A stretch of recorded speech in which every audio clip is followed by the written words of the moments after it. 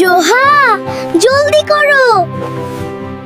দাদু বলেছে আজ আমাদের বড় পার্কে নিয়ে যাবে। আমি তৈরি ভাইয়া। এই দেখো আমার টুপি। চলো চলো।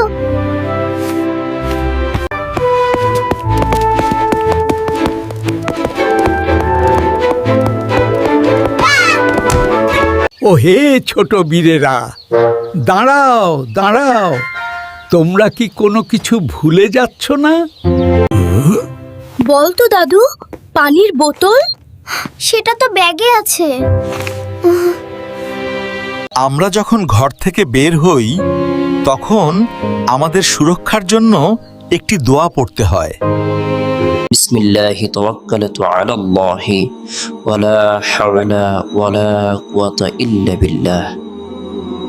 বিসমিল্লাহি তাওয়াক্কালতু আলাল্লাহি।